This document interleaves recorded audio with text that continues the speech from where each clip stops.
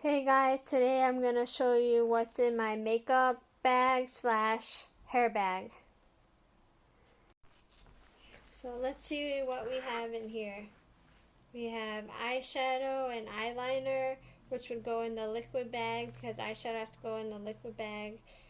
Lip primer, lipstick,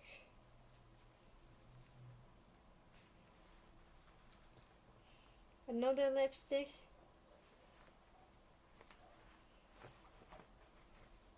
hair ties,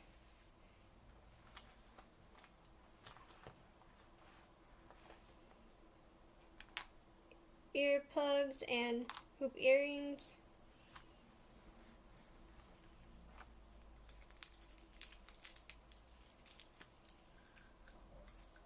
bobby pins,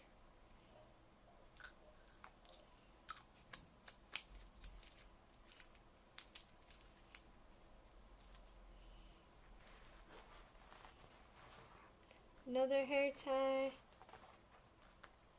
and a hair poof.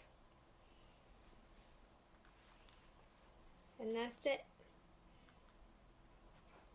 And that was makeup bag slash hair bag. Don't forget to like, subscribe, and hit that bell for new video uploads.